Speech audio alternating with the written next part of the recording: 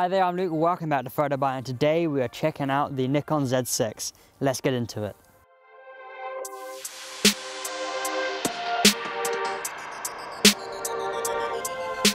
Off the bat, we're really impressed with the specs coming out of the Nikon Z6. With it, you've got a 24 megapixel full frame sensor, an ISO range of 100 to 51,200. So when it comes to low light, it's got a bit more performance and a better reach than the Z7. You've also got yourself a new mounting system, which is their Z mount, and what it gives you is the ability to have lenses that go up to 0.05, so you can get plenty of light in. So for those low light shots, you really can't go wrong with it.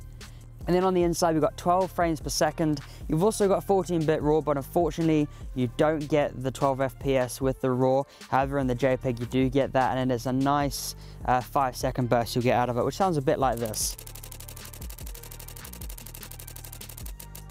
So it starts slowing down after a bit, but within that, you're almost guaranteed to get the shot that you're after. Also implemented, they use phase detection autofocus, which basically allows it to get a lot better and a lot more accurate when it comes to focusing in difficult lights, where it can be quite contrast like today, or it can be quite low lit like other situations such as a very low lit wedding.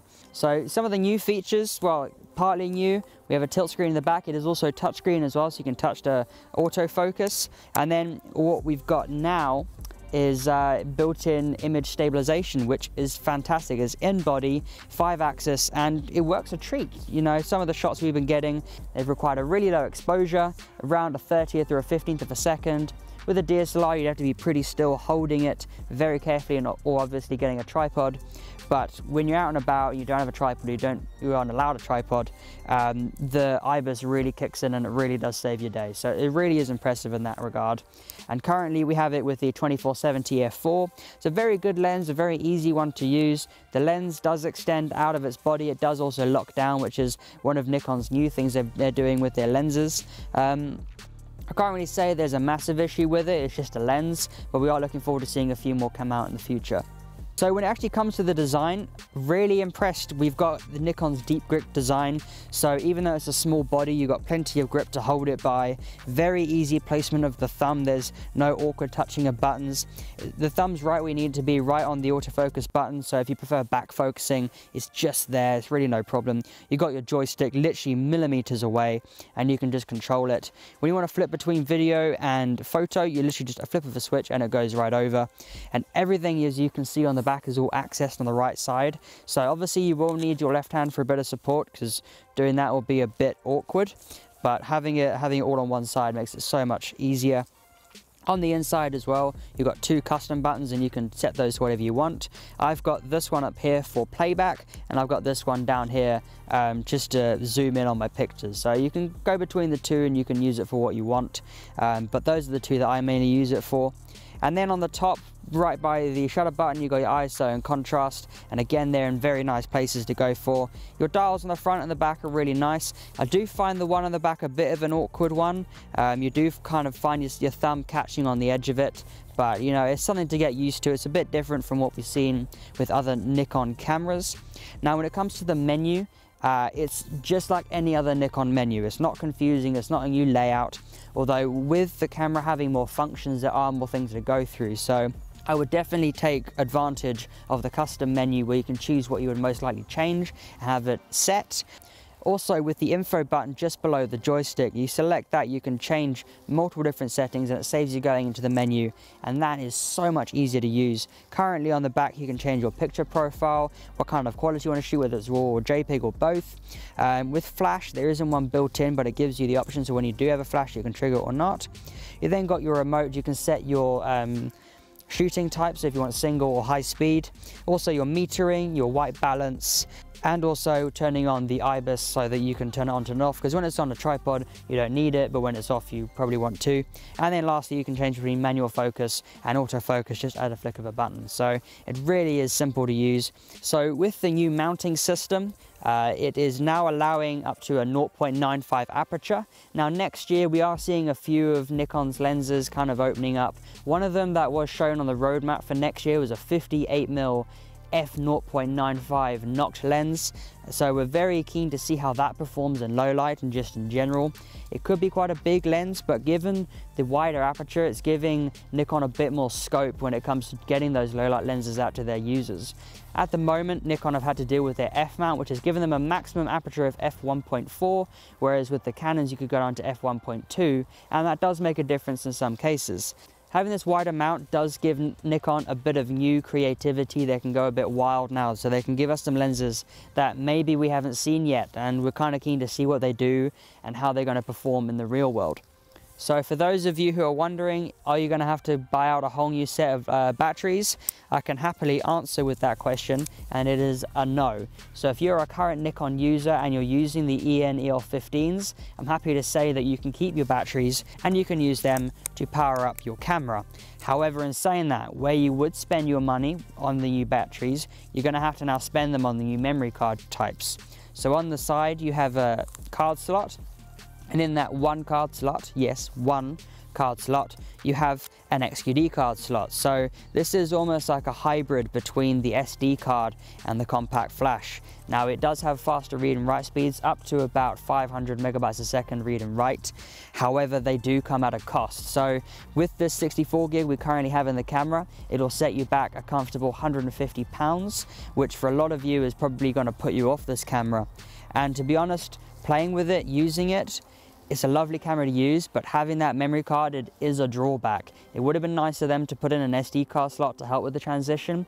They've done it in the D500, they've done it in the D850. It would have been nice to see them do it in the Z6, because a lot of users are going to come from SD card using cameras over to an XD card, and it's going to be a big investment, especially if you lose that card. It's no bigger than an SD card and it's going to get lost. It's going to happen. So saving up for those cards is going to be very pricey. Obviously, the more cameras that come out with the XD card, that price will come down, but until then you're going to be paying a hefty price. The kind of people we see going for this camera are predominantly photographers who do a bit of video and a bit of photo. They're kind of 50-50. If you're a wedding photographer, this is really good. It does have silent shooting as an available option. Other things I can see it being good for is video. You do get 4K into the camera, but then with the Atomos Ninja external recorder you can actually do 4K full frame at 10-bit, which is really good. But to find out more about that, do stay around for our next video, so do subscribe and put the bell notification on, because we've got Josh, who is our video resident videographer. He'll go through the video side of the Nikon Z6 for you. But I mean, the main competitors for the Z6 really would be the Sony A7III and the Canon EOS R. Now the Canon EOS R is a bit more expensive, and with the lenses they again are quite more expensive. They're going for their L series lineup, so you're going to have to invest quite a lot of money in there.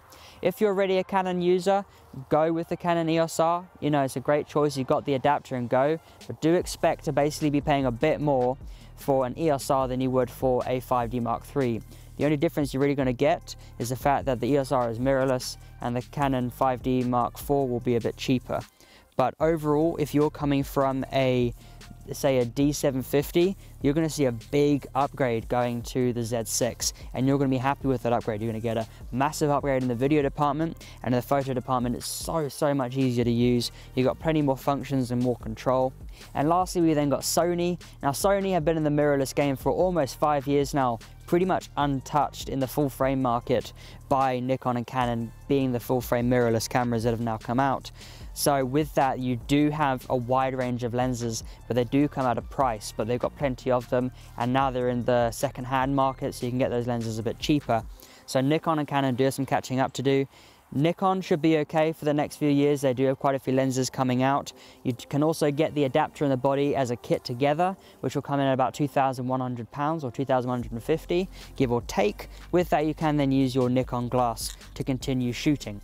So if you're an avid Sony shooter and you've got Sony glass, you can stay with a Sony, but if you're a Nikon user, you're not going to have to sell your glass and switch to Sony or Canon, because I'm happy to say what you need, I reckon the Z6 or the Z7 will offer what you need. And this is a perfect camera for all kinds of situations, whether it's high-speed shooting or portraiture. This is a good camera to have a look at, and in terms of comfort, it has a lot more comfort than I would say the Sony series.